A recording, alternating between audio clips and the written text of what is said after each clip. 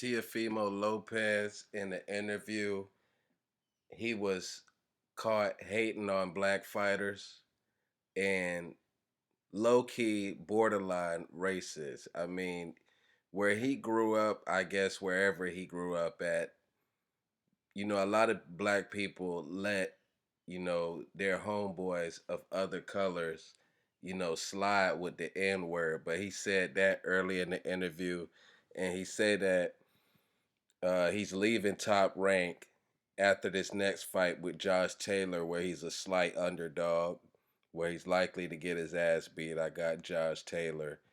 He said that they can have their black fighters, meaning probably of course, he's talking about Devin Haney and Shakur Stevenson.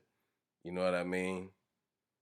He he is leaving Top Rank because he definitely doesn't want to fight Devin Haney. He's been ducking Haney for 3+ years, and it's a potential that if he was to beat Josh Taylor, it would be pressure on him again to fight Devin Haney. And him and Haney has a long history. Before either of them were champions, they were both coming up in the WBC rankings, and Teofimo Lopez dropped out of those rankings and went the IBF route where he beat Richard Coleman Nakatani, and then he got the title fight where he ended up beating Lomachenko. So he avoided Devin Haney in that way. So when he beat Lomachenko, he had 3 out of 4 belts, and he could have went for undisputed. And his promoter Bob Arum said that he could have went for undisputed, but Teofimo had chose to fight George Kambosos instead, which was a voluntary and was not mandatory. Teofimo Lopez had just won those belts off of Lomachenko. The IBF was not pressuring him at all to fight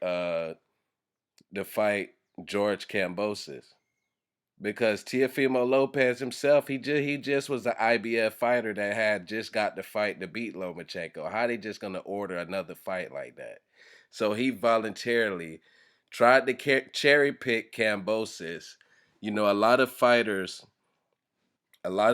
come off a tough win and they fight like a tune-up type of fight, and that's what Kambosos was supposed to be, because he had the option to fight him or fight Devin Haney, straight ahead, and that's what Bob wanted, and he went the other way. He tried to leave Top Rank then and went on the purse bid, and that's when the whole Triller breakdown thing. He never got on pay-per-view. He ended up on the Zone, and that was another time where he avoided Haney.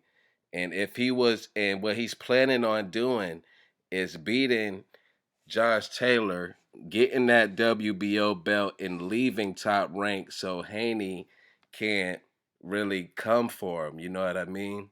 Because Haney really could, if he defeat Lomachenko, he could press the mandatory and make Teofimo Lopez fight him or vacate. Because as an undisputed, you can move up and challenge any champion that you want.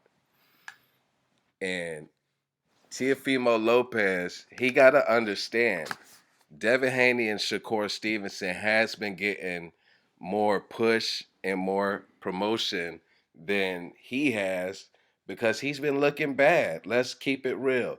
He looked it bad against Sandor Martin. You already tried to double cross Bob and leave Top Rank and go to Triller and try to go other places. And Bob probably feels some type of way about that. So they haven't been promoting Teofimo Lopez like that. They don't have a reason to. And Devin Haney and Shakur Stevenson, they've looked great in their last fights. I mean, I don't see what the problem is with Teofimo Lopez. I think Teofimo is feeling the pressure of him and Haney again. You know what I mean? Like he talked good shit to Haney, but when it's time to fight and time to sign the contracts, he always go ghost. Yeah, so that's why I think Teofimo Lopez is lashing out right now. You know what I mean? He's already in a tough fight with Josh Taylor. Well, I think Taylor might beat his ass anyway, and nobody is going to be checking for him for real, especially if he looks bad in that loss. So that's what I think his problem is. He's got a serious delusional problem. He think he dominating all these fights. Even the Cambosis fight where he lost, he talking about he won 10-2. Like he hasn't proved that he's the best, so he's not getting promoted. And Top Rank, they probably put him in this fight to get his ass beat. So they probably want to be done with him anyway.